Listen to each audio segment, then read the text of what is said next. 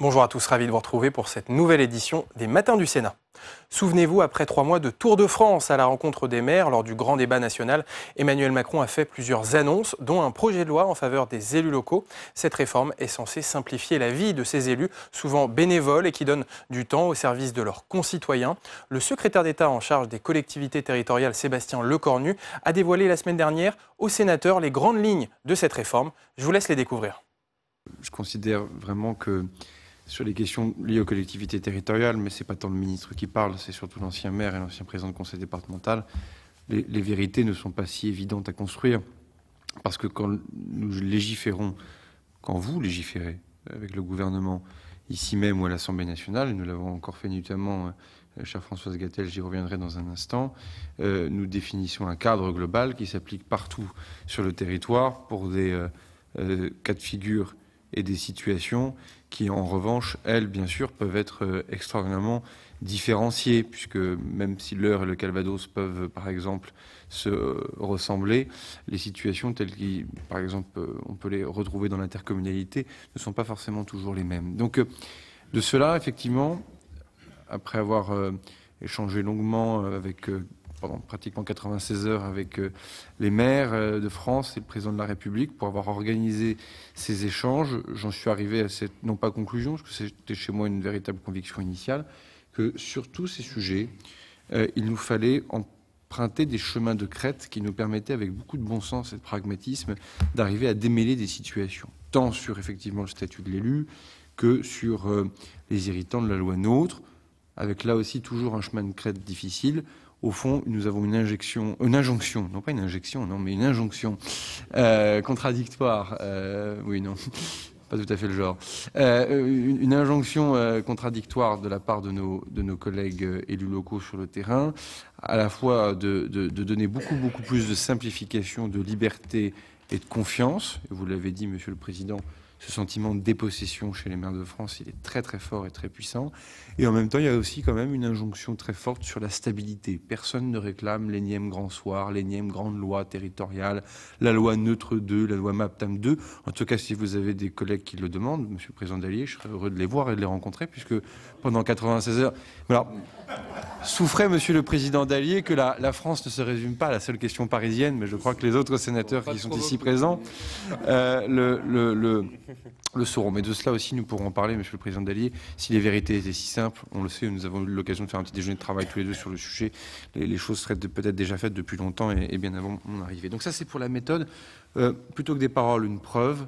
1h du matin, vote conforme de l'Assemblée nationale cette nuit sur la PPL de Françoise Gatel sur les communes nouvelles. C'était un texte qui était attendu, vous le savez, sur lequel nous avons effectivement coproduit, je crois pouvoir le dire, en s'assurant que globalement un alignement entre l'Assemblée et le Sénat pouvait se faire sur ces sujets. Je ne veux pas parler au nom de Françoise Gatel, mais je pense que le compte y est et que là nous nous préparons à avoir un texte conclusif. Je le dis puisqu'en 2 ans, des propositions de loi sénatoriales qui trouvent leur aboutissement à l'Assemblée nationale sur un vote conforme avec un accompagnement du gouvernement, je ne crois pas pouvoir dire qu'il y en ait eu beaucoup. Et donc de cela, je pense que nous avançons dans le bon sens. Pardon, Monsieur le Président, j'étais long sur la méthode, mais non. Elle va beaucoup déterminer, au fond, ce que nous allons vouloir faire par la suite.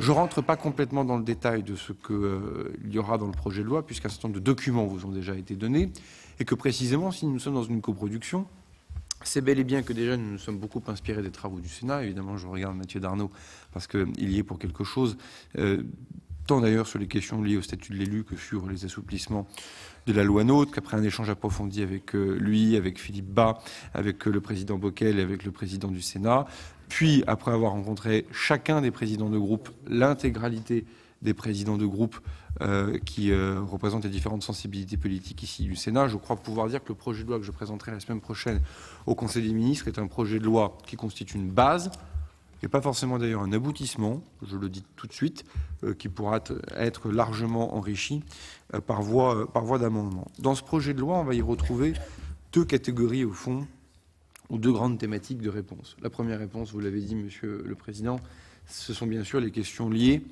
Je ne sais pas si on peut l'appeler le statut de l'élu, puisque là aussi, quand on interroge nos collègues élus locaux sur le terrain, ils ne réclament pas forcément un statut. Celles et ceux qui étaient dans l'hémicycle pour l'examen de la PPL de votre collègue Colomba peuvent s'en rappeler. On a eu un échange assez riche sur le sujet.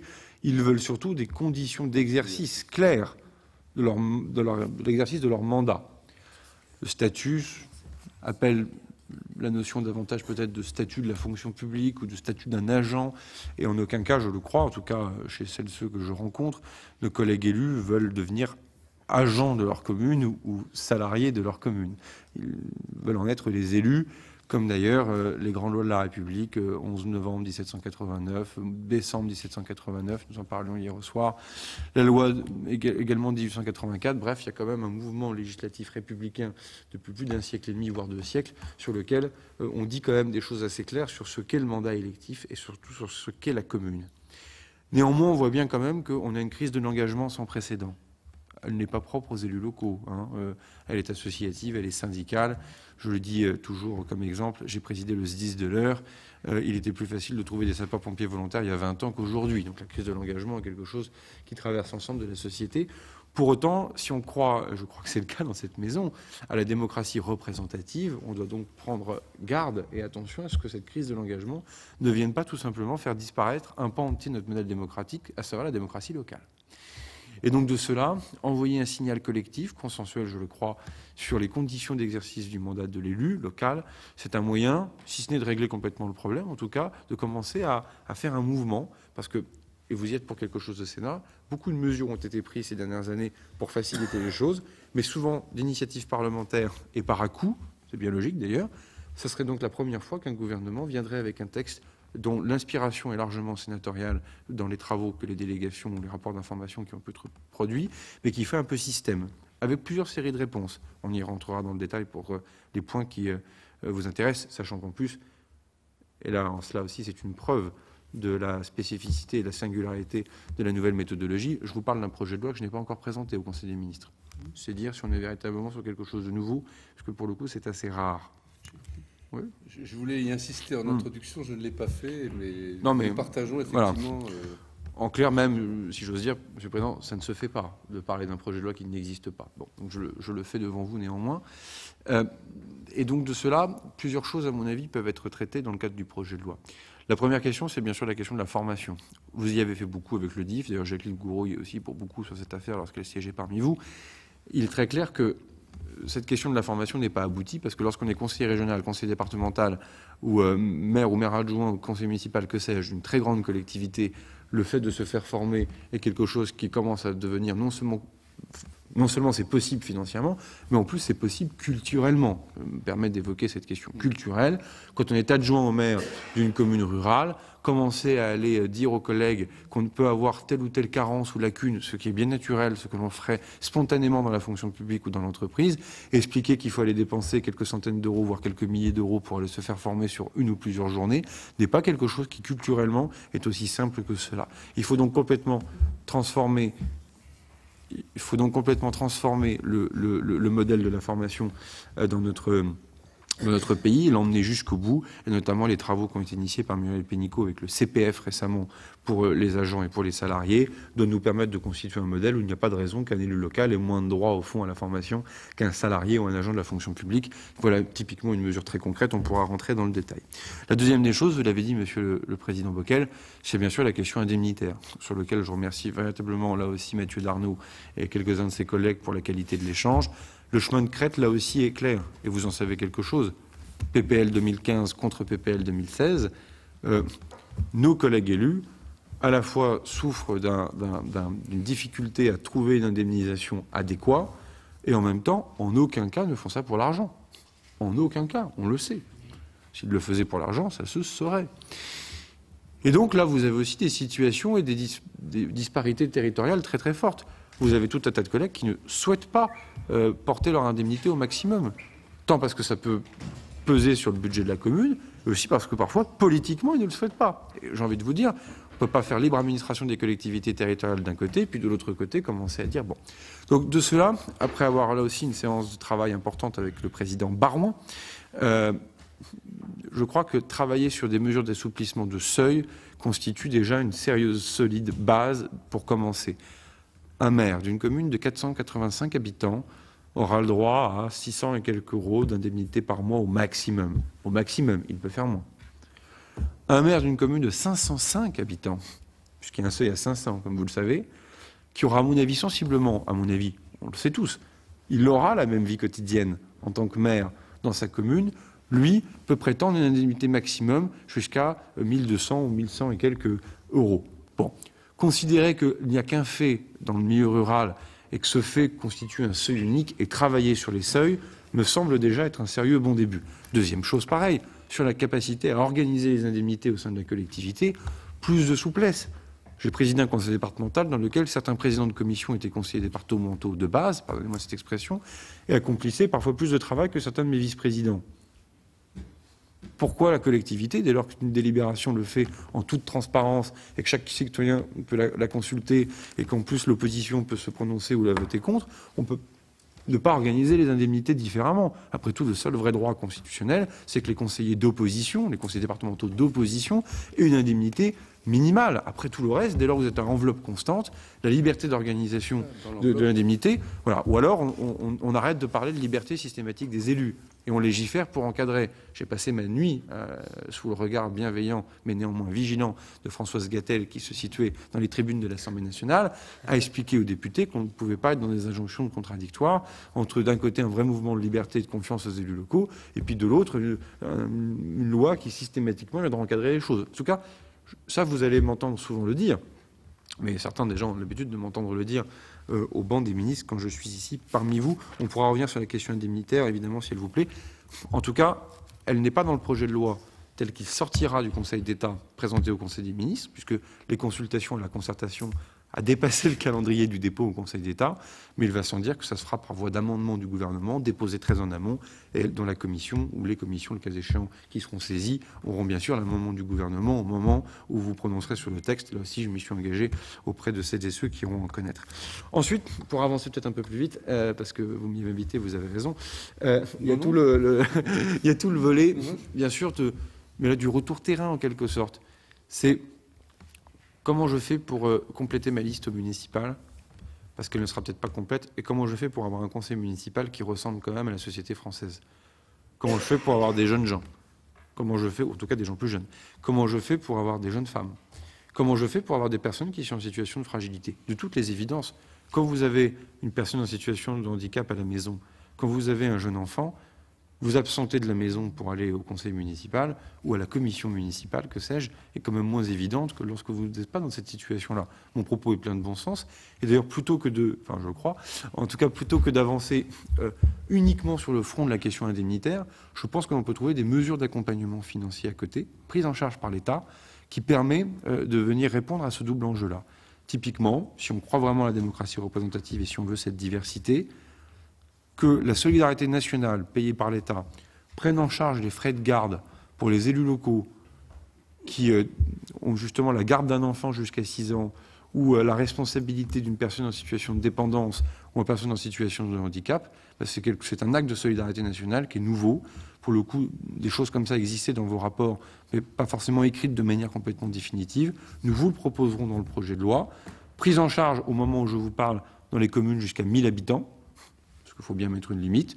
Je sais déjà qu'un certain nombre d'entre vous parleront du seuil à 3500 habitants pour être sûr d'englober l'intégralité de la ruralité. Évidemment, ça coûte un peu plus cher pour l'État, mais je ne suis pas fermé à ce débat pour bel et bien considérer tout le monde. Je considère néanmoins, pour avoir été maire d'une commune de 26 000 habitants, que sur les communes plus importantes, c'est aussi aux collectivités de prendre en charge un certain nombre d'accompagnements pour leurs propres élus. D'ailleurs, elles peuvent déjà le faire. Donc notre sujet, ne nous y trompons pas, c'est peut-être de légiférer pour tout le monde, mais enfin c'est surtout de répondre à la question au milieu rural, ou en tout cas pour les plus petites communes, dans lesquelles il faut reconnaître qu'aujourd'hui, ces mesures ne sont pas forcément appliquées. Pareil sur la protection juridique. On vit dans un moment un peu curieux, dans lequel à la fois la ville, l'élu local n'a jamais été autant judiciarisé. On médiatise beaucoup les questions pénales. Je ne sais pas si on a raison, on a tort, mais les questions civiles, de responsabilité civile, d'engagement de la responsabilité civile de l'élu local sont tout aussi importantes que la responsabilité pénale. De cela aussi, je pense qu'il faut être assez clair. Par certains aspects, on ne luttera pas complètement sur la judiciarisation de notre société. En tout cas, je ne suis pas garde des Sceaux, je ne suis pas parlementaire, donc je vous renvoie à cette question. Et puis expliquer que les maires seraient moins responsables de certaines choses que d'autres, c'est un débat qu'on peut avoir, mais on en a parlé aussi avec un certain nombre de vos collègues sénateurs en amont. C'est un débat qu'il faut manier avec précaution, parce que s'ils ne sont pas responsables, c'est qu'il faut bien quelqu'un le soit quand même de quelque chose. Bon. Mais ça, le débat est ouvert. En revanche, que l'on abandonne un élu local, qu'il agisse en tant qu'agent de l'État ou qu'il agisse comme étant patron de sa collectivité territoriale et qu'on ne lui permette pas d'avoir une protection juridique suffisante, ça, c'est pas normal.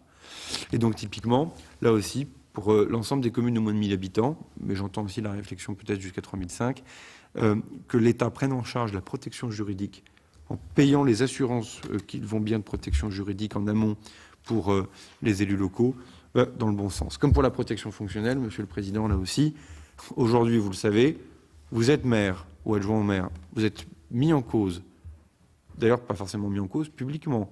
Vous pouvez avoir un début d'enquête préliminaire parce que tel ou tel agent, tel ou tel, que sais-je, ont écrit au parquet. Et comme vous le savez, l'enquête préliminaire n'est pas une enquête publique.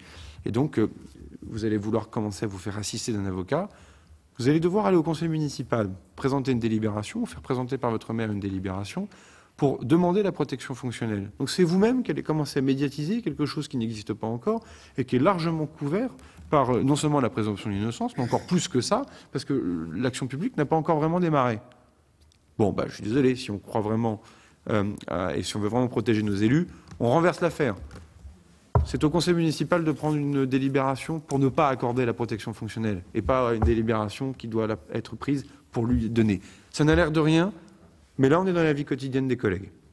Là on est véritablement dans la vie quotidienne de nos collègues élus. En tout cas, j'en suis assez persuadé. Alors ensuite, bien sûr, il y a un certain nombre de choses sur lesquelles on pourra rentrer dans le détail. Je crois qu'on est tous d'accord pour un constat, mais on n'a toujours pas trouvé la solution. Je vous le livre à vos amendements. Oui, un candidat au municipal ou un élu qui, par ailleurs, est agent de la fonction publique aura toujours plus de facilité qu'un candidat au municipal ou un agent, ou un salarié, du privé. Ça aussi, on en a parlé avec le président Bockel. Si on est tous d'accord sur le constat, dès qu'il s'agit d'imaginer un dispositif juridique pour trouver une solution, évidemment, le débat est beaucoup plus compliqué parce que quand vous êtes adjoint au maire et que vous êtes salarié dans une PME de 8 salariés, voilà, je n'ai même pas besoin de terminer ma phrase, la question est difficile. On connaît d'ailleurs ces questions aussi, par ailleurs, sur la question du sapeur-pompier volontaire. Donc là, cette question, elle est délicate, elle est réelle, mais elle ne permettra pas de faire, à mon avis, non plus n'importe quoi, ce qui pourrait déstabiliser une partie du tissu économique, et précisément au milieu rural, dans lequel les entreprises, bien souvent, ne sont pas très importantes. Ensuite, il y a tout un volet plus long, mais sur lequel, en fait, paradoxalement, je serai plus court, parce qu'on a déjà eu l'occasion d'en échanger pas mal, et puis j'ai dit pas mal de choses au banc au Sénat récemment sur l'ensemble des propositions de loi que vous avez eu à connaître. C'est bien sûr redonner des libertés locales aux élus. Et ça permet donc de corriger les irritants de la loi NOTRe, mais pas que, et d'aller beaucoup plus loin que cela, parce que sinon, là aussi, on passerait à côté de quelque chose. Évidemment, c'est la question du couple commune-EPCI. De cela, il faut réagir vite, puisque le sentiment de dépossession ou le sentiment de ras-le-bol de nos collègues élus, bien souvent, en disant on a du vague à l'âme, on n'a pas forcément envie de se représenter, c'est bien souvent, parfois, autour de la question de la relation à l'intercommunalité. Le couple, le trio plutôt, un couple, compétences, périmètre, gouvernance, bien sûr, est appelé. Gouvernance, je fais vite, vous avez tous travaillé sur la PPL d'Alain Marc, et en tout cas vous l'avez tous voté parce que le Sénat l'a voté à l'unanimité. Voilà un dispositif, à mon avis, assez complet, qu'on peut complètement reprendre. Donc on a repris le dispositif de la PPL Marc et on l'a mis dans le projet de loi. En termes de coproduction, là aussi, on ne peut pas faire beaucoup mieux puisque on est sur quelque chose de complètement entendu. Sur la question des périmètres, là aussi j'écoute les associations d'élus avec beaucoup d'intérêt. On peut tous regretter les intercos telles qu'elles sont issues de la loi NOTRe, pour autant se relancer dans un grand ramdam du schéma intercommunal à l'échelle nationale en 2022 n'est souhaité par personne. Et on comprend pourquoi d'ailleurs, parce que de nouveau c'est la boussole à la DGF qui se remet à tourner, enfin on est reparti pour un tour. Le sénateur Guéné connaît bien ces questions aussi pour avoir été rapporteur de ces sujets-là encore en loi de finances. Donc là il faut permettre une stabilité, mais il faut permettre des corrections là où il y en a besoin. Typiquement les procédures dérogatoires pour les sorties de communes dans les comités de communes qui aujourd'hui fonctionnent plutôt bien, c'est pas possible pour les comités d'agglomération, nous le proposons pour les comités d'agglomération. Reste le cas effectivement, pas tant des métropoles, mais en tout cas des communautés urbaines ou métropoles, mais je ne pense pas forcément à celle de Paris, encore que je posais la question, Monsieur le Président Dallier, où là, pour le coup, au moment où je vous parle, il n'y a pas de dispositif clair, il n'y a pas de dispositif dans le projet de loi, mais là aussi, je me suis engagé encore hier soir auprès des différents députés franciliens, notamment des Yvelines, sur les questions liées à une communauté urbaine en particulier, après avoir entendu France Urbaine, la DCF et l'AMF, à regarder ce que nous pouvons faire. Mais le niveau d'intégration des communautés urbaines rend évidemment la question du mouvement des périmètres un peu différente, pour des raisons d'intégration fiscale, etc. Tout ce que vous savez, parce que vous l'avez voté depuis des années, où évidemment il ne s'agirait pas de faire n'importe quoi. Ensuite, sur les compétences, évidemment, il y a la question désormais célèbre de l'eau et de l'assainissement, sur lequel nous avons, je crois, trouvé la bonne solution, tenant compte aussi des interco XXL, pour trouver une solution qui réponde aux deux enjeux, l'enjeu de liberté, mais l'enjeu aussi de volume, et qui est aussi un enjeu de lisibilité sur la dimension écologique. Secrétaire d'État à l'écologie, j'ai piloté les assises de l'eau.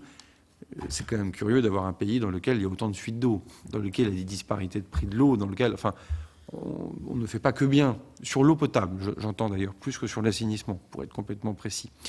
Bon, de cela aussi, avoir un principe de lisibilité en disant le PCI est propriétaire au sens juridique de cette compétence, ce qui permet d'ailleurs à n'importe quelle association ou n'importe quel agriculteur de savoir qui est responsable de l'adduction en eau potable sur un territoire, n'est pas forcément une mauvaise chose en soi. En revanche, expliquer à un collègue maire qui a sa régie d'eau depuis 150 ans qui fonctionne bien, ou à des collègues qui ont fait un bout de syndicat d'eau qui fonctionne très bien, que maintenant c'est fini, il faut que tout le monde rentre chez soi, me paraît effectivement quelque chose qui, à mon avis, ne correspond pas du tout à ce que nous souhaitons faire. En tout cas, vous le dites depuis un bout de temps, je dois bien le reconnaître. Et donc de cela, nous allons vous proposer la délégation. La délégation, on en pense ce que l'on veut. Je trouve ça encore plus malin que la compétence optionnelle obligatoire, tout simplement parce que ça permet de différencier au sein d'une interco. Vous avez une interco en milieu montagnard, vous pouvez avoir 3 communes qui sont concernées par un mode de gestion de l'eau en altitude, et en revanche, dans la vallée, avoir un certain nombre de communes qui, elles, entendent à ce que ça reste une intercommunalité. Là, vous aurez quelque chose du plus simple du monde, et de grâce, pas de majorité qualifiée, de minorité de blocage, de trucs où il faut lire CGCT pendant 3 heures pour comprendre exactement comment il faut faire avant d'aller au conseil communautaire. Non, quelque chose de simple. Le PCI est responsable de cette compétence. Si elle souhaite la subdéléguer dans une toute ou partie du territoire à un tiers pour organiser cette compétence sous sa responsabilité et sous son contrôle, et là on aura quelque chose de souple et on aura véritablement fait quelque chose de girondin. Ensuite, j'avance désormais encore plus vite, un certain nombre de choses sur le renforcement du pouvoir de police des maires. Là, pour le coup, c'est le rapport d'un député, le député Fauvert, qui, comme vous le savez, a été le patron du RAID, qui s'est beaucoup penché sur les questions liées au pouvoir de police des maires. C'est aussi quelque chose qui est vraiment très attendu après le grand débat. Bon nombre de maires prennent des arrêtés de police et ne sont pas forcément suivis des faits. Et parfois, on ne peut pas en vouloir aux forces de l'ordre, je le dis comme je le pense, sur des problèmes d'élagage sur une voie communale, que les gendarmes ne puissent pas passer tous les jours pour rendre exécutoire l'arrêté de police en question. Je pense qu'on peut tous le comprendre, en tout cas moi je le comprends. Et on le sait très très bien, beaucoup de nos collègues maires réclament que l'on puisse, entre guillemets, rendre plus coercitifs leurs arrêtés de police, notamment avec l'amende administrative, qui est quelque chose qu'on le connaît bien en droit, mais aujourd'hui elle est bloquée en général au niveau préfectoral, elle n'est pas possible de la descendre au niveau municipal. Là typiquement c'est une mesure qui est attendue, je le crois, c'est une mesure de responsabilisation des élus, je crois qu'ils le souhaitent, donc ça nous permettra d'avancer sur ces sujets.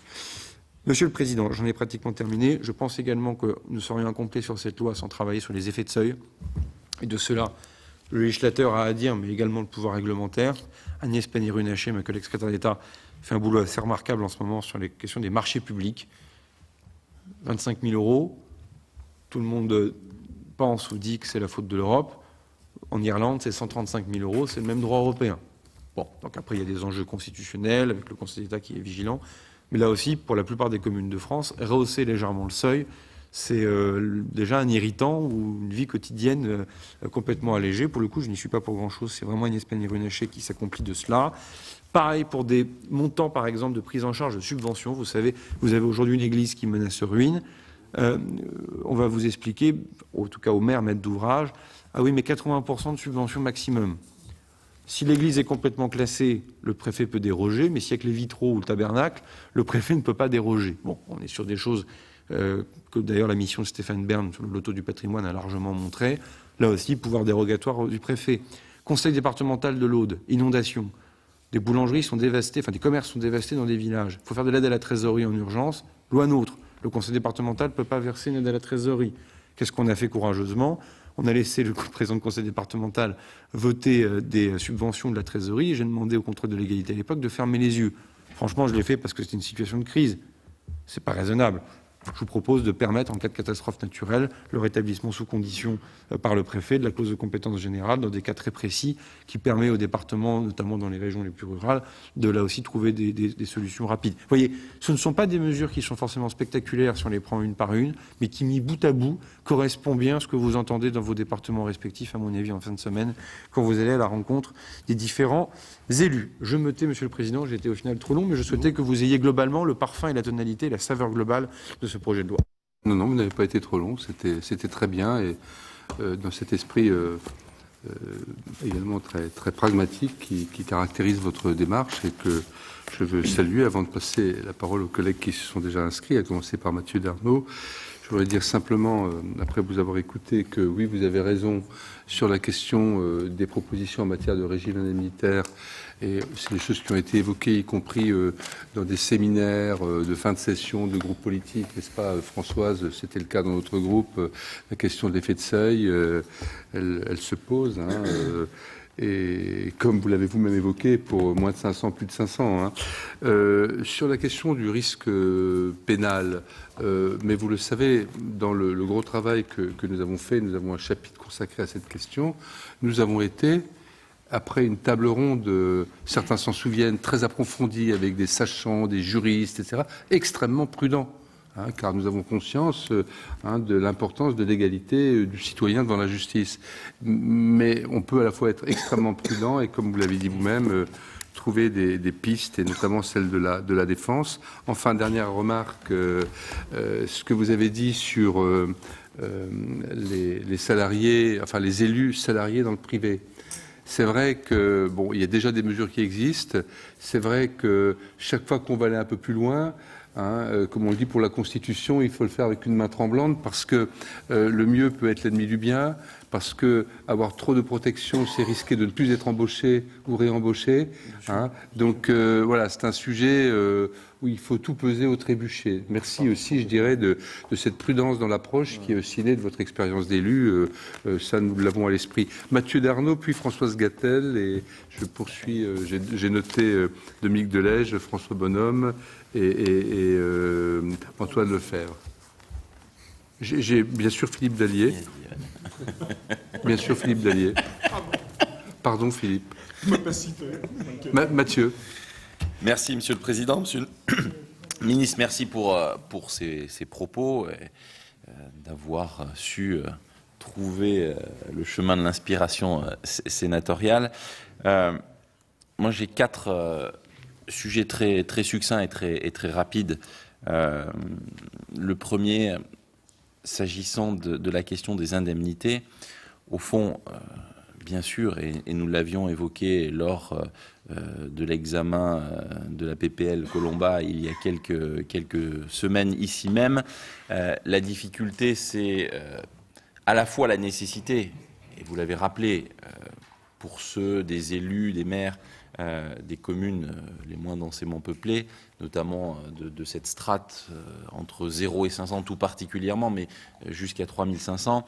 Et la difficulté, on l'a bien touché du doigt ici au Sénat, c'est de faire en sorte qu'ils reviennent aux conseils municipaux de fixer cette indemnité. Parce qu'on sait que pour les maires, notamment avec les budgets contraints et parfois largement, quand je dis contraint, même restreint, la difficulté que ça revêt pour un maire, pour un conseil municipal, de fixer notamment au regard des nouveaux seuils l'indemnité, signe des temps. Ça n'est jamais quelque chose qui est populaire, combien même il est évident qu'il faut rehausser ce niveau d'indemnité, encore une fois, notamment sur la première des strates. Le deuxième point, j'entends ce que vous dites s'agissant notamment du couple et de la relation intercommunalité-commune du fameux bloc, au sein du fameux bloc communal.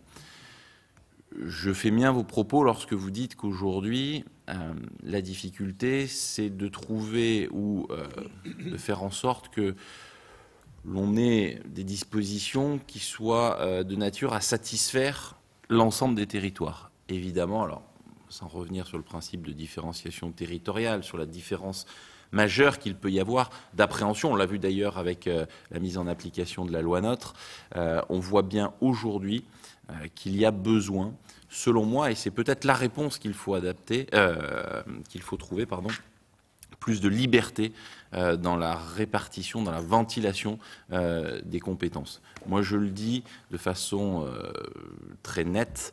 Je trouve qu'aujourd'hui, cette intégration forcée des compétences de la commune vers l'intercommunalité, à l'époque, on parlait de carotte DGF, là, on a un peu la carotte CIF, entre guillemets, ne va pas dans le bon sens. Et ne va pas dans le bon sens. Et aujourd'hui, et c'est peut-être ce qui manque à ce texte, au stade où il est, enfin, de ce que nous avons connaissance, il manque peut-être cette dose de liberté qui serait de nature à satisfaire autant. Je prends souvent l'exemple du Maine-et-Loire, ce département qui a finalement divisé son nombre de communes par deux, avec beaucoup de communes nouvelles, des périmètres intercommunaux largement élargis, certaines intercommunalités se transformant en communes nouvelles, chère Françoise Gatel. Eux demandent à ce qu'il y ait moins de compétences obligatoires et qu'on puisse finalement discuter des compétences qui reviendraient pour les compétences de proximité à la commune et celles qui sont plutôt stratégiques, qui doivent revenir à l'intercommunalité. Et finalement, on peut aussi penser que cette ventilation ou la capacité qu'il serait offert aux intercommunalités et aux communes d'avoir un pacte qui redéfinissent de façon plus libre les compétences serait de nature aussi à satisfaire d'autres territoires beaucoup moins intégrés et dont on sait qu'il n'est pas toujours aisé de transférer les compétences à l'intercommunalité. Et je pense très sincèrement aujourd'hui que quand on interroge, et je l'ai fait dans tous les territoires de France pour le rapport que j'ai eu à rendre avec la commission des lois, on s'aperçoit que c'est peut-être ce qui est à l'origine, le premier sujet du fameux spleen des maires, parce qu'on a le sentiment qu'ils ont été dépossédés et que cette voie très intégratrice ne leur permet pas d'ajustement, notamment sur les compétences qui seraient de nature à répondre aux aspirations de leurs concitoyens en proximité. Troisième sujet, j'ai cru qu'entre la première mouture et l'évolution, il y avait quelques dispositions qui avaient été supprimées. S'agissant des normes, on a fait beaucoup de travaux autour des normes, notamment avec le président pour essayer d'accompagner avec la collaboration étroite et précieuse du Conseil national d'évaluation des normes. Je crois que c'est le bon véhicule législatif pour qu'on évoque les normes, parce que c'est là aussi une contrainte très forte qui est largement rappelée et qui pèse de façon très importante sur les finances des collectivités. Enfin, dernier point, s'agissant de l'eau et de l'assainissement, là, c'est pas une remarque, c'est plutôt une question, parce qu'au final, et d'ailleurs, c'est cette solution que nous avions évoquée, et là, j'ai vraiment un regret, c'est que nous n'ayons pas pu aboutir plus tôt sur cette question-là, mais on va être pragmatique et on va avancer. Est-ce que aujourd'hui, la solution qui est proposée permettra, parce qu'en réalité, le vrai problème, il concerne le financement, notamment de l'eau potable, et on observe que la plupart des commissions DETR ont dû prendre en compte la problématique du financement de la compétence eau, ce qui n'était pas nécessairement, je veux dire, son objectif initial. Est-ce que aujourd'hui, le fait de subdéléguer, enfin de déléguer à une commune la compétence restant intercommunale rendra éligibles les communes qui auront la délégation de l'eau, parce que ça, c'est un vrai sujet. Moi, je viens d'un département où l'eau est peut-être la question prioritaire aujourd'hui avec la santé, et les élus sont très attentifs à ce sujet-là, parce qu'ils ont peur d'être mis à l'écart des financements de l'agence de l'eau, et donc on ne résoudrait rien avec un seul aménagement législatif. Voilà. Merci, Monsieur le Président. Merci, Mathieu, de ce rappel aussi de nos travaux. Françoise Gatel. Merci, Monsieur le Président. Merci, Monsieur le Ministre, pour cette avant-première, d'après ce que j'ai compris. Et je me réjouis qu'on puisse travailler dans ce qu'on connaît bien dans les territoires, c'est-à-dire en intelligence collective, et qu'on quitte des chemins de crête parfois très escarpés dans la conception que les uns et les autres on peut avoir des territoires, pour trouver des chemins plus paisible. Et puis, vous l'avez rappelé, c'est aussi l'occasion de saluer le travail qui a été conduit par le président Bockel et par Mathieu Darnaud sur l'amélioration des conditions d'exercice des élus. Donc, moi, j'aurais quelques questions et puis quelques suggestions. Parce que moi, je me réjouis du texte qui arrive, et donc en même temps, à l'école, moi, j'ai toujours appris qu'ensuite, il fallait ouvrir des possibles. Voilà, donc j'ai quelques petites questions. Sur les indemnités, moi je partage cette question, mais je rejoins les remarques des collègues.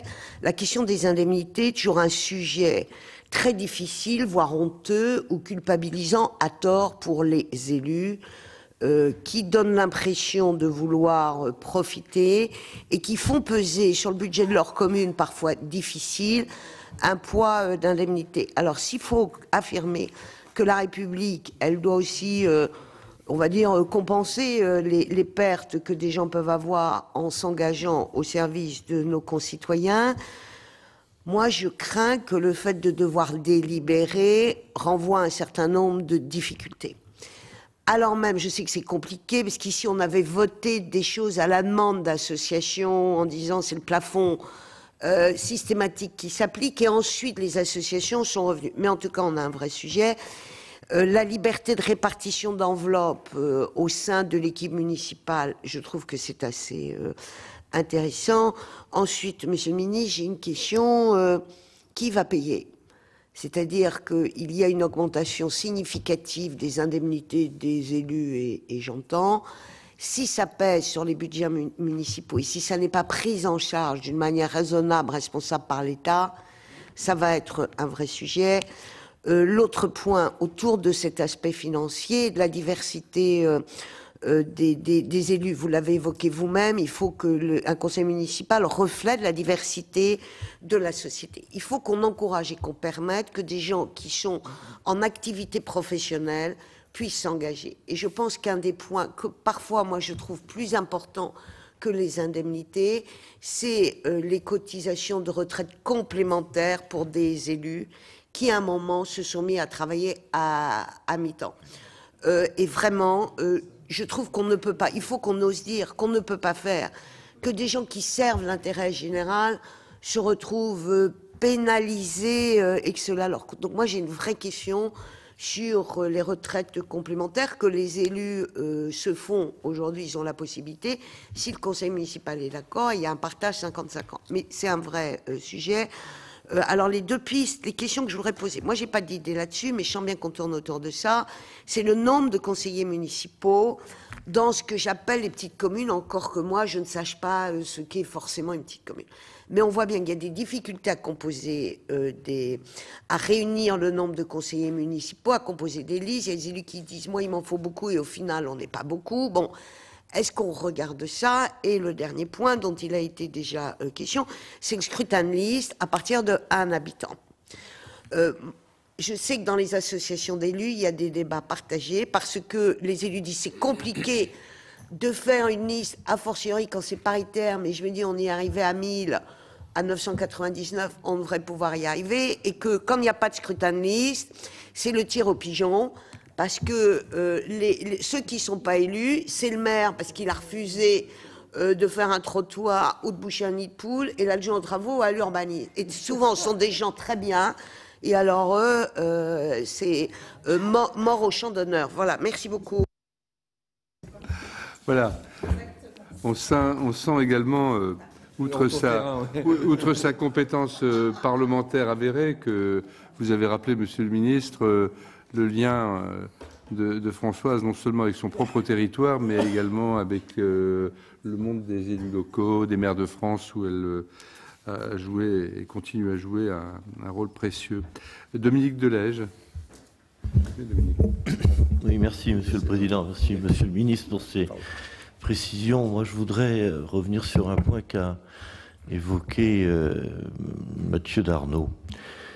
J'ai pris bonne note de votre souhait d'apporter un peu plus de souplesse dans les compétences, en essayant de dépasser cette notion de compétences obligatoires, compétences facultatives. Mais il ne vous a pas échappé qu'il y a un autre élément qui intervient là-dedans, qui est le coefficient d'intégration fiscale. Moi, j'observe que beaucoup de compétences ont été prises par l'Interco, non pas dans un souci peut-être d'efficacité et d'efficience, mais dans un souci de recettes majorées de la part de l'État. Il me semble donc que si vous souhaitez véritablement, et je crois que c'est votre souhait, apporter un peu de souplesse, il faudra mettre sur la table la question du coefficient d'intégration fiscale. Parce que si vous ne bougez pas sur ce point-là, vous nous donnez une liberté, mais c'est une liberté que nous ne pourrons pas exercer parce qu'elle sera limitée pour des raisons financières. Je vous remercie. Merci Dominique. François Bonhomme. Merci Monsieur le Président. Monsieur le Ministre, d'abord je voulais vous dire que de manière générale, je souscris totalement à la tonalité de vos propos et je me réjouis des inflexions que je ressens depuis quelques semaines. Je dis semaines parce que ce n'était pas forcément le cas il y a un peu plus loin, et encore plus depuis les années précédentes. Mais je voulais vous interroger sur quelques petits points qui, me semble-t-il, pourraient traduire votre volonté générale d'amélioration.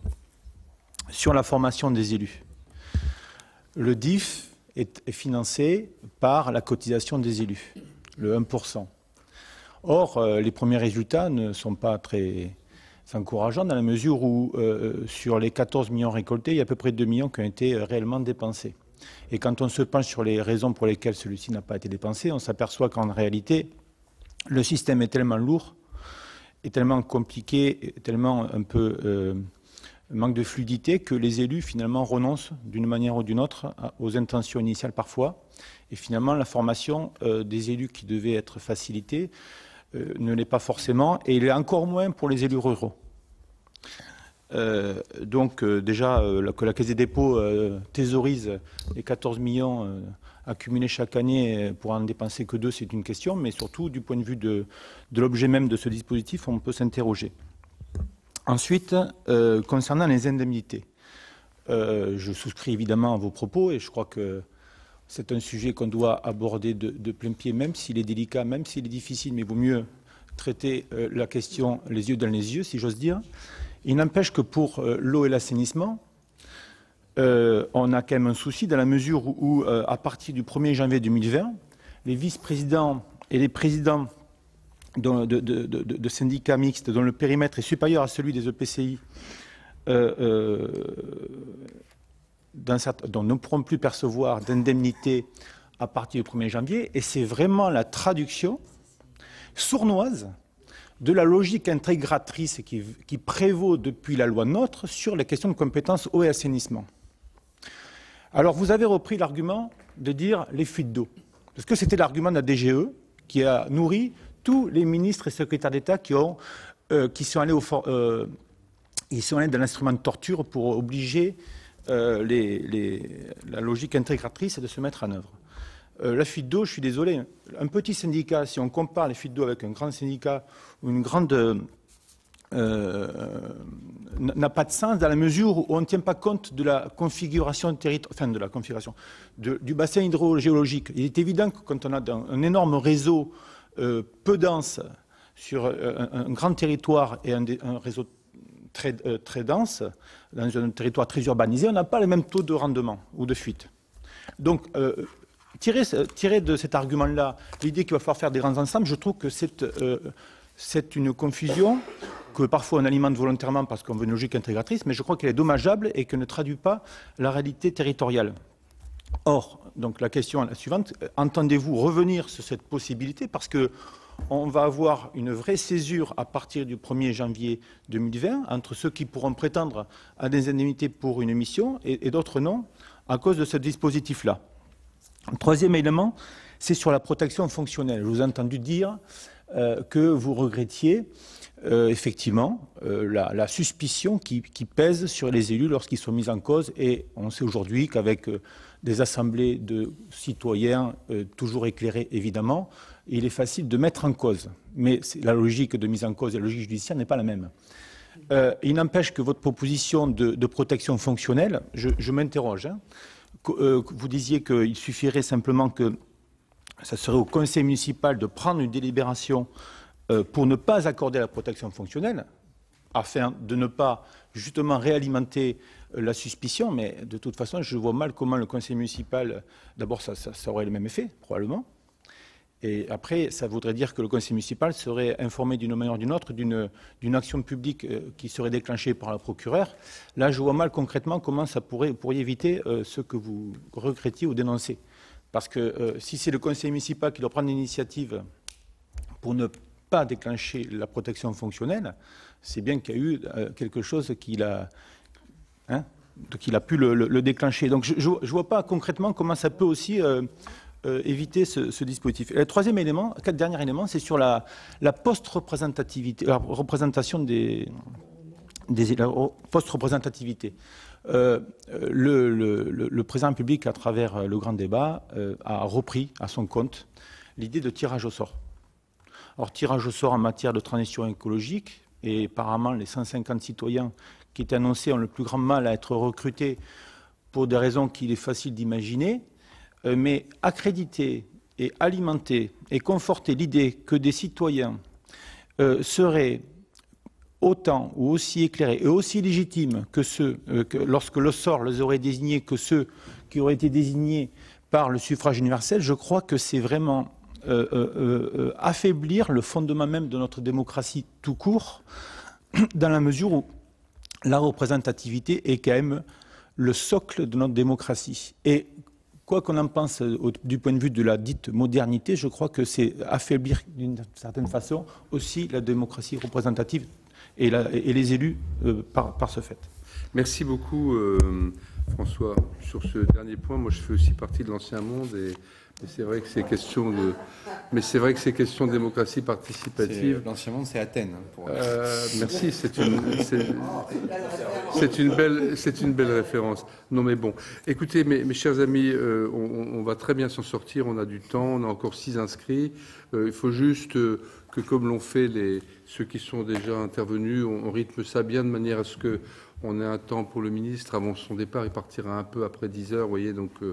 On essaie de gérer ça à la fois tranquillement et au mieux, quoi. Hein. Donc, Philippe Dallier. Merci, Monsieur le Président. Peut-être vais-je être un peu sévère, Monsieur le Ministre, pas vis-à-vis de vous, parce que je pense sincèrement que vous êtes the right man at the right place. La seule question, c'est quelle est la marge de manœuvre politique que vous avez véritablement ?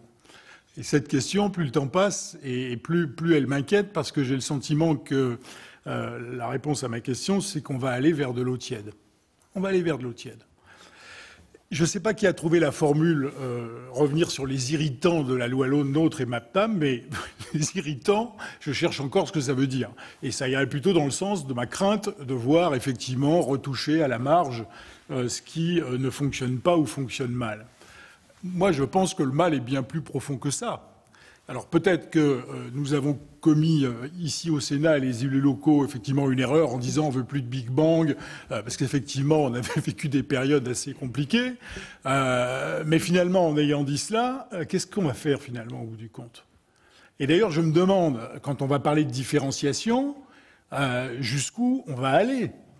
Parce que si on ne veut pas faire de Big Bang, mais si on veut... la différenciation, elle me semble quand même porter en elle la possibilité d'aller relativement loin pour adapter les choses au territoire. Donc voilà, la question que je me pose, c'est jusqu'où est-ce que nous sommes capables d'aller et est-ce que nous n'allons pas commettre l'erreur alors effectivement, on sera à 6 mois des municipales, mais ce que nous ne ferons pas à l'automne, on ne fera plus rien avant la fin du quinquennat. Et puis c'est reparti pour je ne sais combien de temps derrière. Donc est-ce que nous n'allons pas commettre là une erreur politique que nous allons traîner assez longtemps ?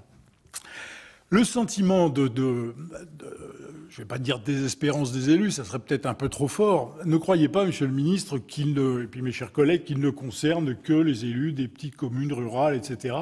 Je vous assure, je l'ai déjà dit plusieurs fois ici à la délégation, les conseillers municipaux des villes de 30-40 000 habitants, dans des EPT de 400 000, dans une métropole de 7 millions et dans une région de 12 millions, ils ont le même sentiment de dépossession, ce sentiment d'inutilité, etc. Et vous devez y répondre également.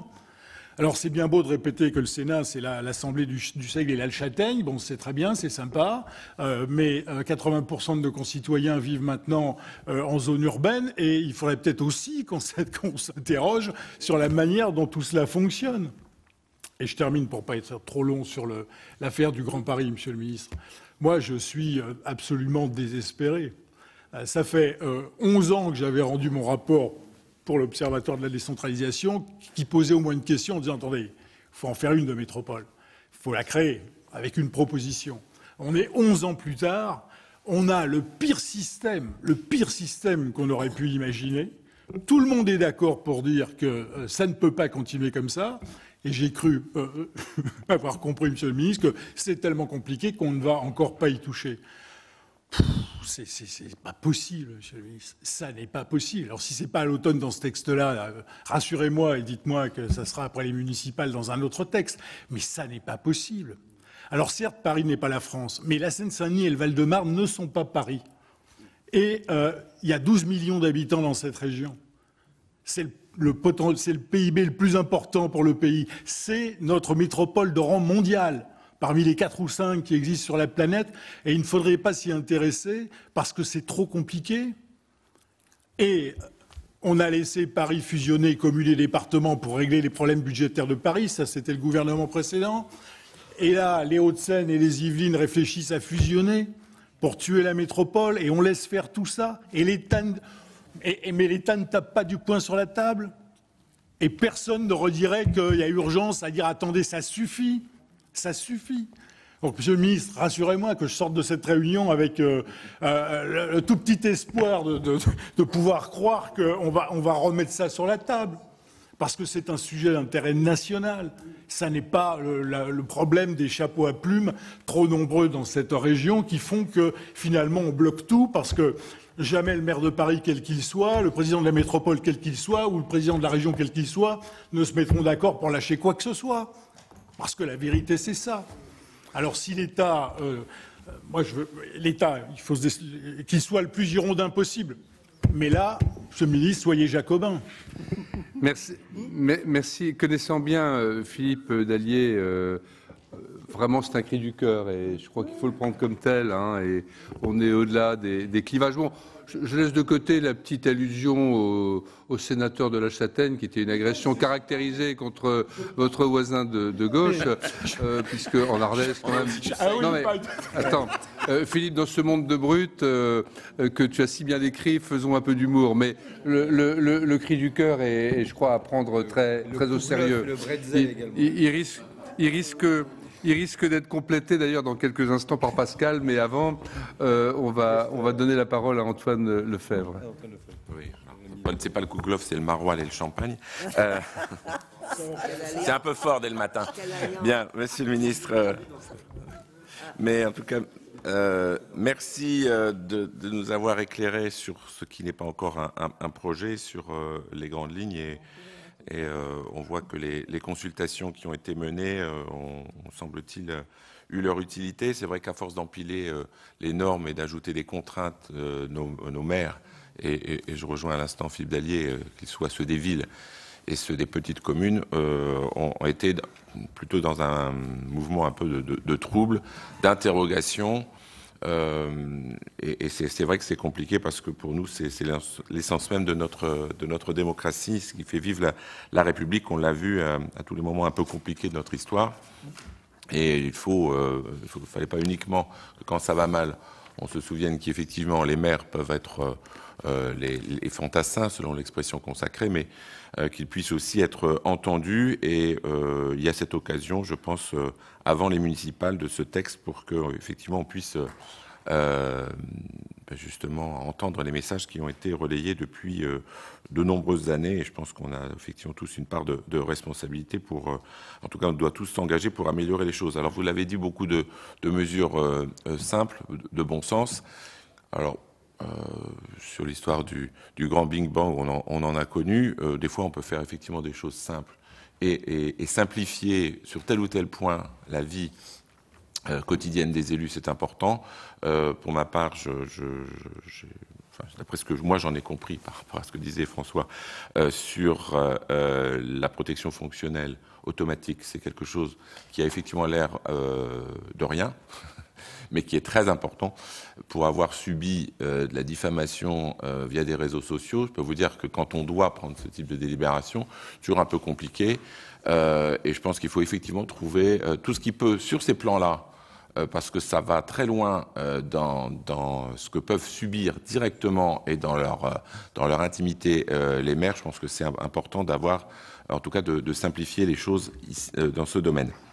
Je voulais évoquer l'histoire des retraites complémentaires, mais François Gattel l'a bien fait. C'est vrai que là aussi, les choses se sont améliorées. Quand je suis devenu maire en 2001 et j'avais choisi d'être un élu à temps plein, abandonnant toute fonction professionnelle, me retournant vers les deux organismes qui faisaient les retraites complémentaires, je m'étais entendu dire que je n'avais droit à rien puisque j'étais au régime général de la sécurité sociale et que si j'avais été rattaché à un autre, c'était franchement scandaleux.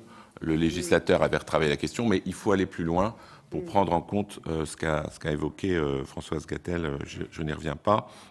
Sur le droit à la formation, ça a été évoqué. Je pense que c'est aussi un élément et ça doit toucher toutes nos communes, quelle que soit la taille, parce que c'est effectivement important si on veut un égal accès justement il ne faut pas que ça soit réservé à des sachants ou à une élite.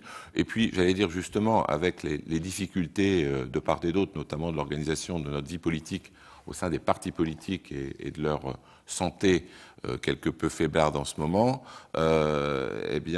c'est encore plus important parce que les partis politiques jouaient, et à mon sens, ils doivent continuer à jouer un rôle important dans notre République, mais quand ils sont en faiblesse, c'est encore plus important que, en dehors des partis politiques, les élus locaux, quelle que soit la taille des communes, puissent se former, parce que on devient de plus en plus, on doit devenir des experts, et on ne peut pas être expert en urbanisme, en travaux publics, en code des marchés.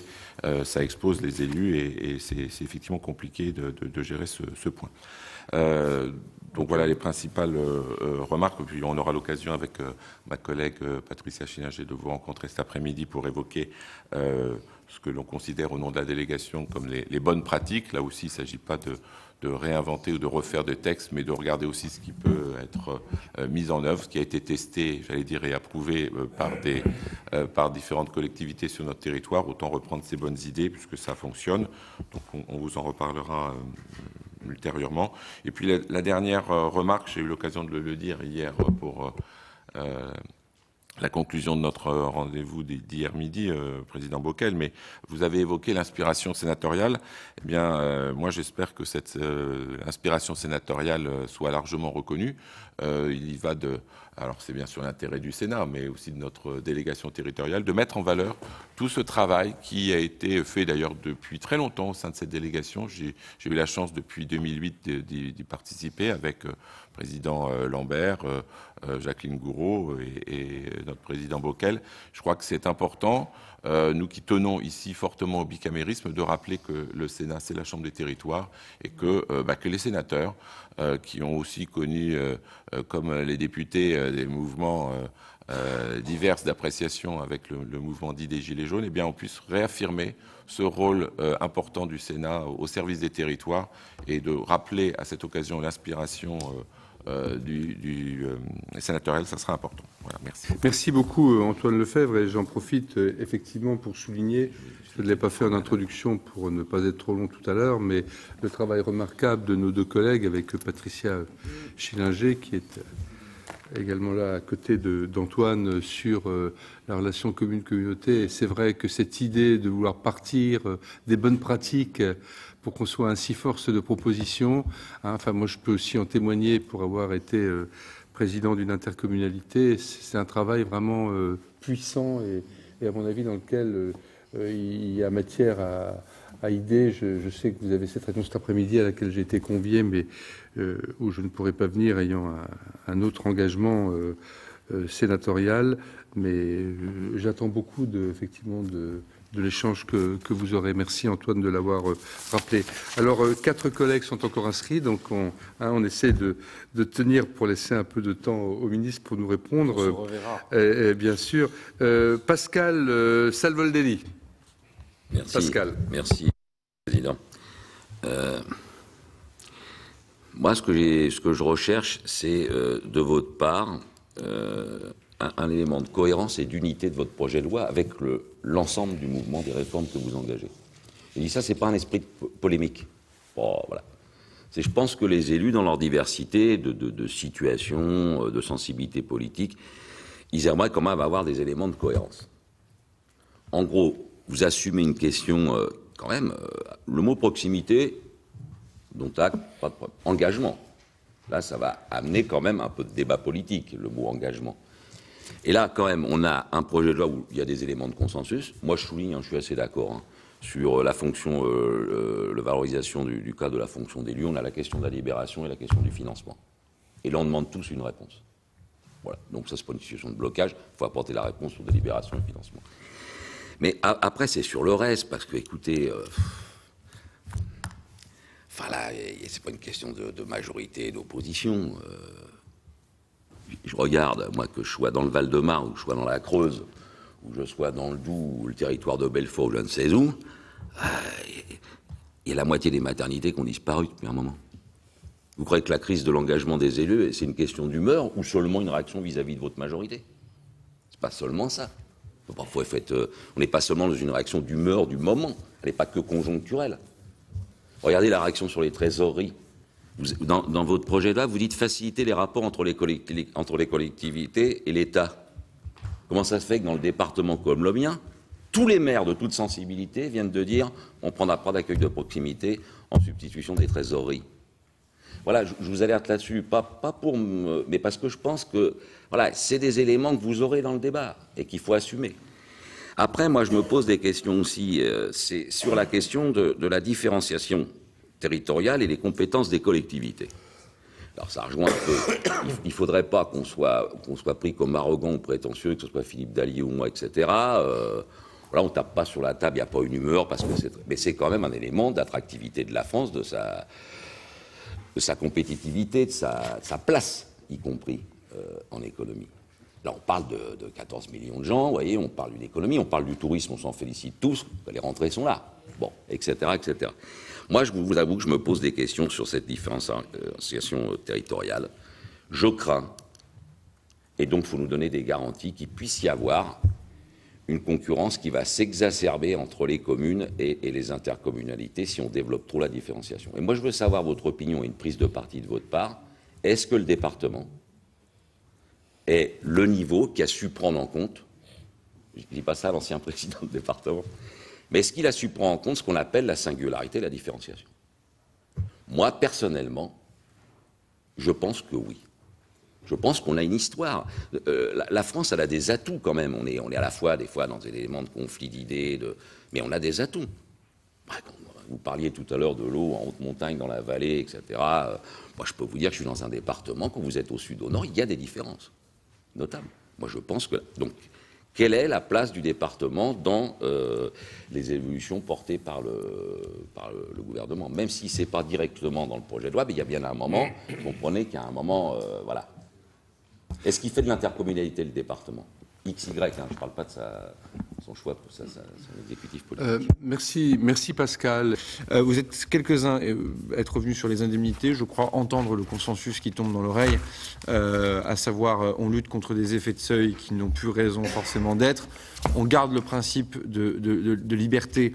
Là, pour le coup, il y a des sensibilités différentes qui se sont exprimées. Enfin, je le rappelle que quoi qu'il arrive, il y a toujours une délibération au début du mandat, tout simplement que normalement le payeur, si ça fonctionne bien, le payeur ne veut pas virer de l'argent sur le compte en banque d'un particulier dans notre pays s'il n'y a pas eu une base avec une délibération pour le faire, quelles que soient les collectivités. Donc déjà, de toute façon, il y a un acte positif qui existe déjà pour des raisons comptables. Donc il faut garder ce principe de liberté. Et 3, monsieur le sénateur Guéné, de ce que j'en sais, mais ce n'est pas dans ma partie du projet de loi de finances, il n'est pas question de revenir en arrière sur ce qui a été imaginé en matière de fiscalité des indemnités. Donc j'entends que globalement, dans cette délégation, travailler sur un seuil unique entre 0 et 3500 habitants constituerait une piste que le gouvernement pourrait proposer et qui pourrait trouver une forme d'assentiment. Qui paiera, pour le coup, sans langue de bois, évidemment les collectivités concernées. C'est déjà une situation qui est aujourd'hui disparate, parce que c'est très méconnu, mais la fameuse DPEL, qui n'est pas la dotation la plus connue de l'État, mais enfin, elle existe.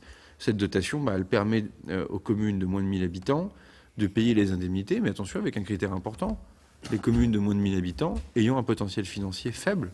Ça veut dire que déjà, et mais ça attention, vos prédécesseurs, nos prédécesseurs respectifs, ont toujours dit qu'au nom de la libre administration des collectivités territoriales, s'il y avait bien quelque chose qui était important politiquement et symboliquement, c'était que la collectivité puisse véritablement subvenir à l'indemnisation de ses propres élus. Et l'exception, l'État va au secours d'une commune trop petite ou trop faible, et ou trop faible, financièrement, et donc la DPEL permet de le sauvegarder. Je redonne juste le principe, parce que moi j'aime bien justement les débats au Parlement, et si on réinterroge ces débats il y a quelques années, voilà, on voit bien aussi ce pourquoi ça a été imaginé. Si demain nous devions augmenter la DPEL, pour dire les choses clairement, et je le dis devant le sénateur Guéné, qui connaît mon budget par cœur, pour en avoir été le rapporteur, on va pas se raconter d'histoire, il faudrait donc le gager quelque part.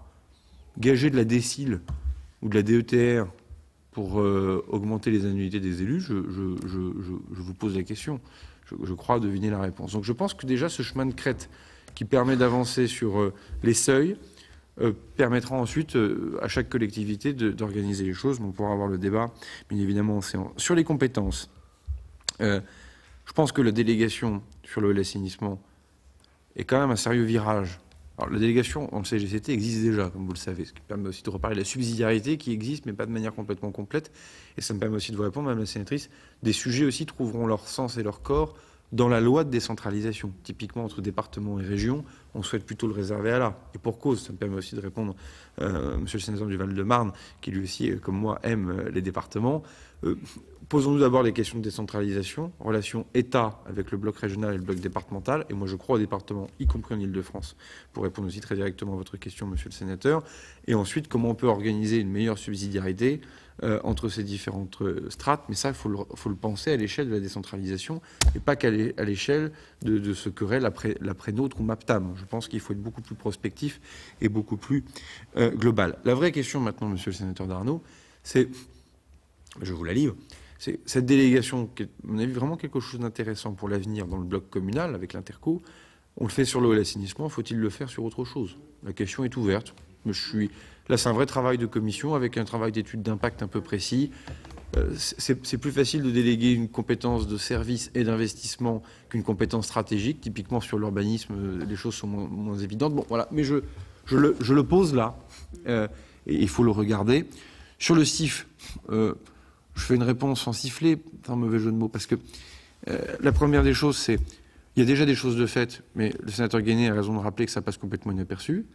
Bon, voilà, c'est un peu triste, les finances locales, de ce point de vue. C'est que, à part quelques personnes dans l'hémicycle, notamment le président Dallier, d'ailleurs présidé la séance à ce moment-là, l'année dernière, en loi de finances, et quelques personnes au CFL, quelques personnes à la DGFIP, quelques personnes à la DGCL, j'ai l'impression que tout le monde s'en moque de ce qu'on fait. Bon, c'est quand même bien dommage. Oui, mais ça, on n'y peut rien. C'est plutôt a du mal à comprendre. Oui, mais ça, c'est compliqué parce qu'il y a beaucoup de choses qui sont compliquées. Je veux dire, la réforme des retraites aussi, c'est compliqué. Bon, je veux dire, voilà, c'est aussi tout le charme d'un pays évolué par certains aspects, qui a imaginé beaucoup de liberté, beaucoup d'organisation territoriale. Pour effectivement ne pas avoir de démocratie, un seul État qui décide de tout, on n'aurait plus besoin de calculer le CIF des intercommunalités. Mais ce que je veux dire, j'en fais exprès en vous disant ça, rien provoquant, mais il faut qu'on fasse attention. Est-ce qu'on peut évoluer sur les critères d'intégration, sur la manière dont on calcule le CIF en fonction des compétences?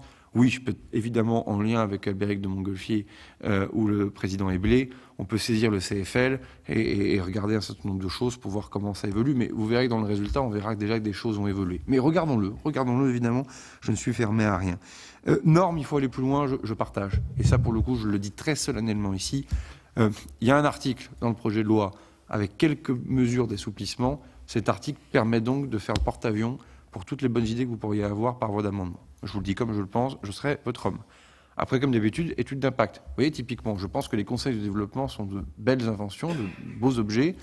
Je ne vois pas l'intérêt de le rendre obligatoire. Pour moi, on peut le rendre optionnel et chaque conseil communautaire prend sa responsabilité en le décidant. Hier soir, en suspension de séance à l'Assemblée nationale, des députés sont venus me voir en disant « c'est quand même ennuyeux, c'est quand même important ». Puis c'était des députés agriculteurs, pour être complètement transparent avec vous, de toutes tendances politiques confondues, qui m'ont dit d'accord, mais enfin, dans certains endroits, la profession agricole n'est pas suffisamment écoutée. Donc le conseil de développement, c'est bien quand c'est obligatoire. Ben voilà, on rentre dans le vif du sujet. Moi, je reste persuadé qu'il faut le rendre optionnel. Je maintiens cette proposition. Mais là, si vous êtes prêts à avancer sur tous ces sujets, d'où le travail avec le CN que je vais faire dans un instant, et d'où également un certain nombre de rendez-vous que nous pouvons faire, vraiment, je serai votre homme. Dernier point, eau, assainissement. Ce n'est plus moi qui... Enfin, je m'occupe de la compétence, je m'occupe plus des financements, comme vous le savez, parce que c'est une fonction qui revient au ministère de la Transition écologique et solidaire. Vous avez raison. S'il faut faire un choc d'investissement dans le pays, il faut l'accompagner. Alors là aussi, c'est désespérant. J'ai passé 2 mois de ma vie à m'occuper de ça. J'ai l'impression que tout le monde s'en moque aussi, mais c'est la vie. J'en ai cotisé pour le savoir.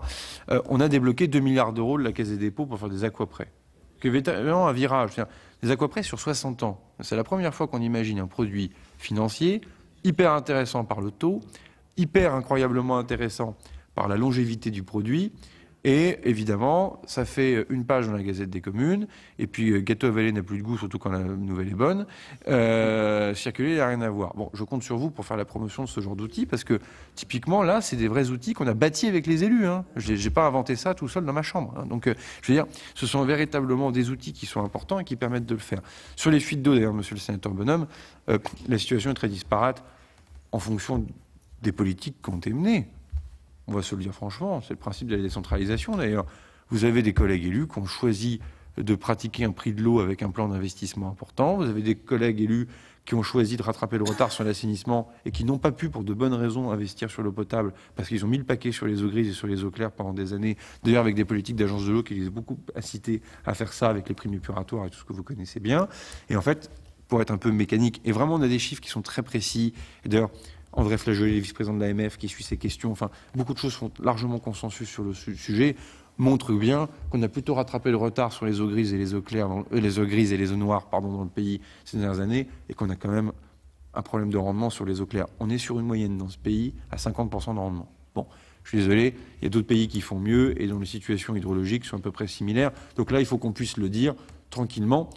Là aussi, je le dois aussi à d'autres professions, notamment la profession agricole, qui s'inquiète quand même légitimement chaque été de problèmes d'irrigation. Le sénateur Darnaud parlait de difficultés d'approvisionnement en eau dans certains départements. Vous verrez un jour, si on n'y prend pas garde, on aura des problèmes d'ordre public dans ce pays sur les questions d'eau. Donc il faut qu'on prenne ça hyper calmement. C'est pour ça que moi je suis pragmatique sur la compétence eau et assainissement avec la délégation et souplesse sur la délégation, donc aussi sur les financements, moi sur la DETR. Pour le coup, là, ça dépend de moi, puisque...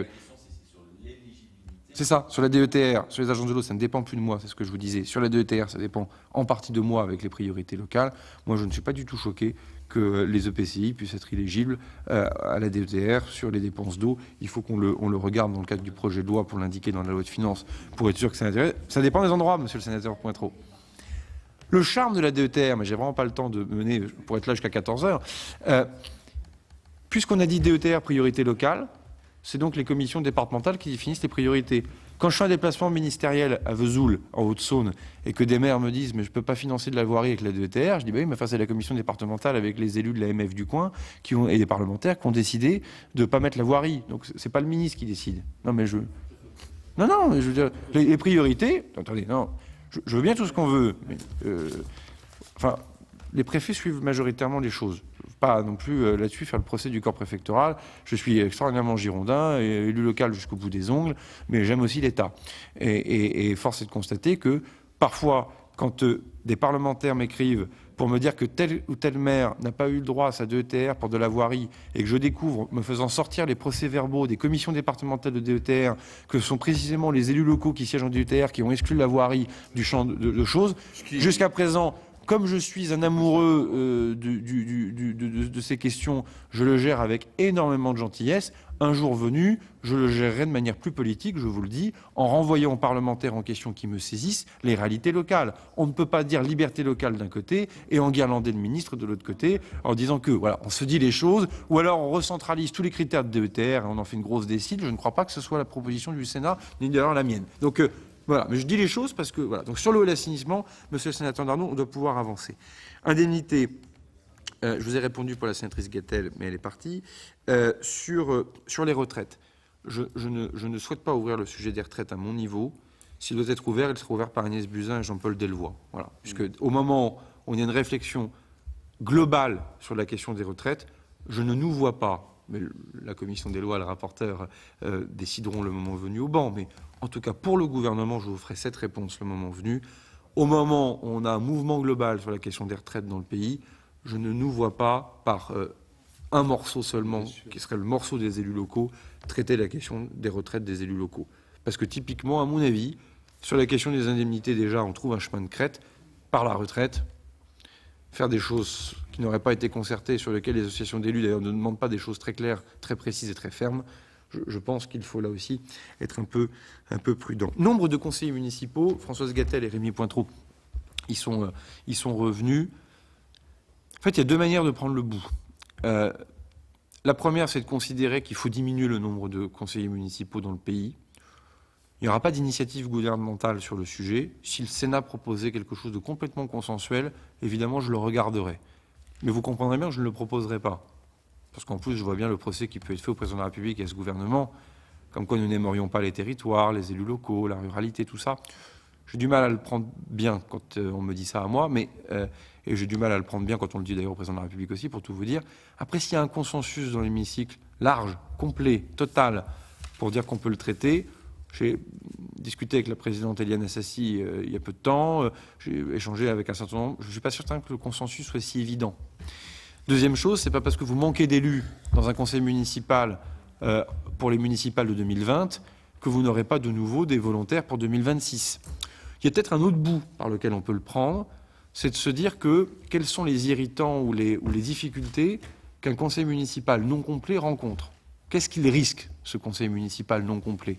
Pour des désignations à la proportionnelle, pour le fait que si le maire démissionne, il faut refaire des élections pour tout le monde. Eh ben, je préfère. Regardez. Mais pardonnez-moi, mesdames, messieurs les sénateurs, c'est peut-être plus facile de prendre par voie d'amendement ensemble à l'automne une disposition qui crée les conditions de transition quand un conseil municipal n'est pas complet, en attendant qu'il le reçoit de nouveau un jour, soyons optimistes, plutôt que de se lancer dans un mouvement général de diminution des élus locaux, parce qu'un mouvement particulier, pour le coup, serait compliqué pour des raisons constitutionnelles, d'égalité devant le suffrage, etc. Donc là, pareil, je vous l'invite dans les travaux de la Commission des lois et de votre délégation, Monsieur le Président. Là, il y a peut-être quelque chose que l'on peut faire et bâtir par voie d'amendement. Là aussi, si vous avez la gentillesse de m'associer à cette affaire en amont, je vous accompagnerai bien volontiers dans la navette parlementaire pour le faire. Ça me semble aller dans le bon sens. Scrutin de liste dès le premier habitant. Oui, mais pas maintenant. On est à 6 mois des élections municipales. Modifier les règles de scrutin ne me semble pas opportun. Oui, mais je vois bien ce que dit Mme Gatel sur le tir au pigeon. C'est pas faux. Et puis il y a la question de la parité, en plus, qui est une question sur laquelle je crois que nous pouvons avancer. Je vous le dis comme ça, j'ai eu des échanges informels avec un certain nombre de députés.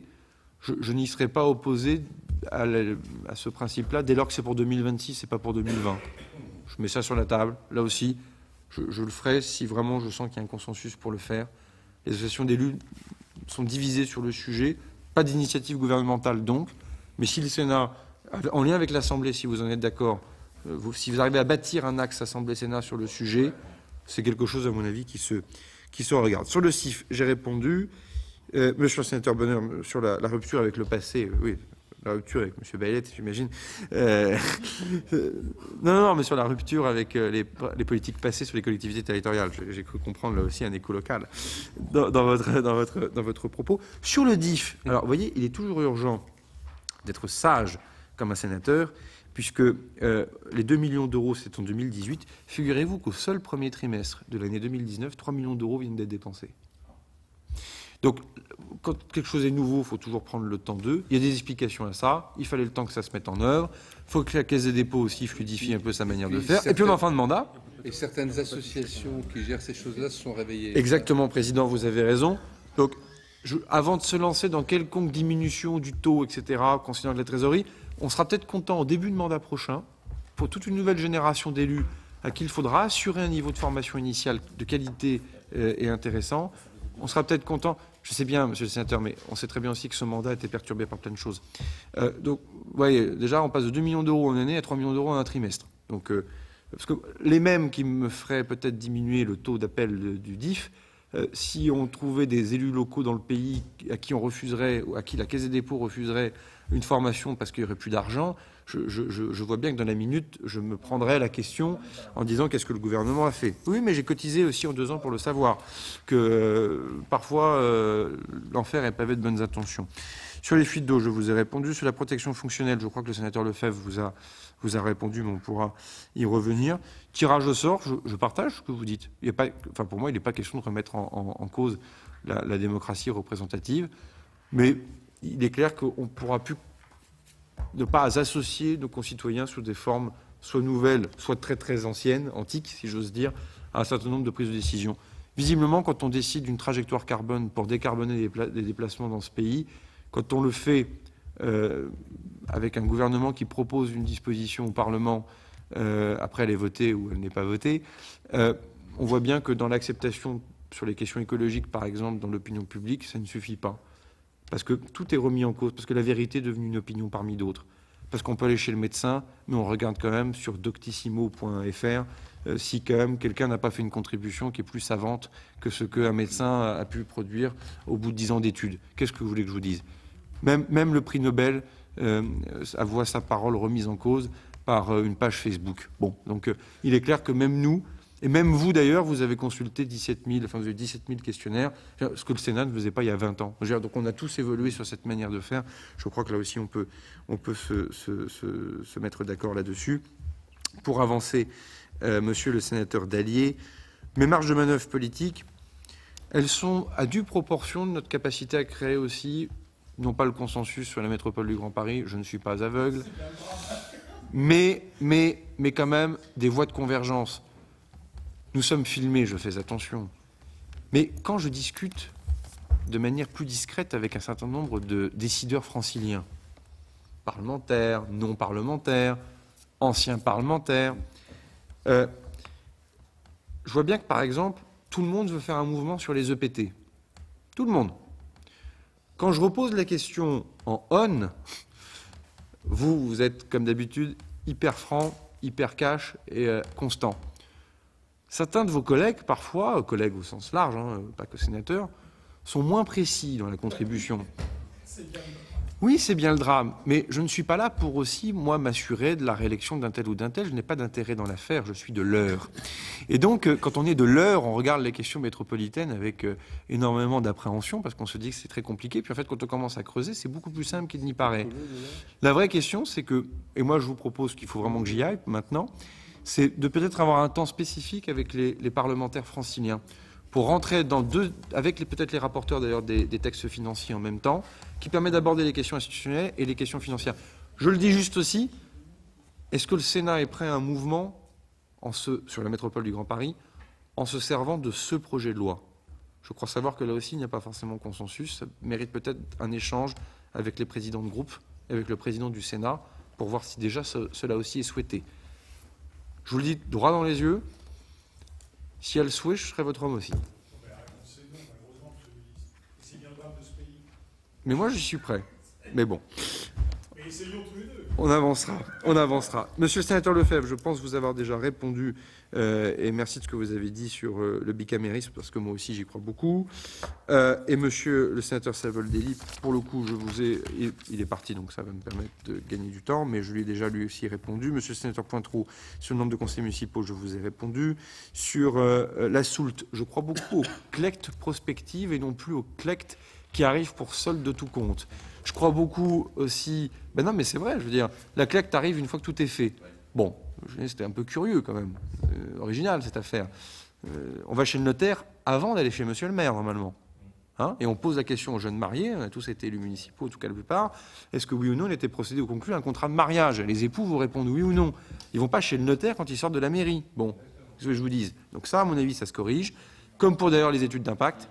Vous aviez d'ailleurs déposé des amendements, je crois, ou une proposition de loi sur le sujet. On la reprend à notre compte dans le projet de loi. Monsieur le sénateur Guéné, je pense avoir répondu sur l'eau. Sur les indemnités, je vous ai répondu. Sur le CIF, merci de ce que vous avez dit. Madame la sénatrice du Calvados, subsidiarité, je vous ai répondu. Rénovation des services publics, c'est plus large. Présence postale, c'est plus large. État déconcentré, c'est plus large, mais évidemment, c'est lié. Formation pour le sénateur Husson, il est parti taux d'appel, mais j'y ai répondu. Différenciation, base de travail, ça reste un sujet constitutionnel avant tout, parce que la vraie différenciation, par définition, implique une modification de la Constitution, mais je concède bien volontiers à ce qu'a dit le président, le sénateur Husson, mais après tout, il doit sûrement être président de quelque chose. C'est évidemment deux valeurs qui se rencontrent, la différenciation. L'égalité territoriale, un cadre qui s'applique partout pareil, notre État-nation fonctionne comme ça, et en même temps reconnaître une liberté d'organisation différente sur le territoire. Pour avoir eu un échange nourri avec le président Mélenchon hier soir dans l'hémicycle de l'Assemblée nationale, je vois bien que ce débat est prometteur. Sébastien Lecornu, secrétaire d'État en charge des collectivités locales, a donc dévoilé les grandes lignes du projet de loi en faveur des élus locaux. Les élus auront le droit à une formation, leur pouvoir de police sera renforcé et ils auront également une plus grande protection juridique. Ce projet de loi sera examiné au Parlement cet automne. C'est la fin de cette émission, merci de l'avoir suivi. Tous nos programmes sont accessibles sur notre site internet publicsénat.fr. Très bonne journée sur Public Sénat.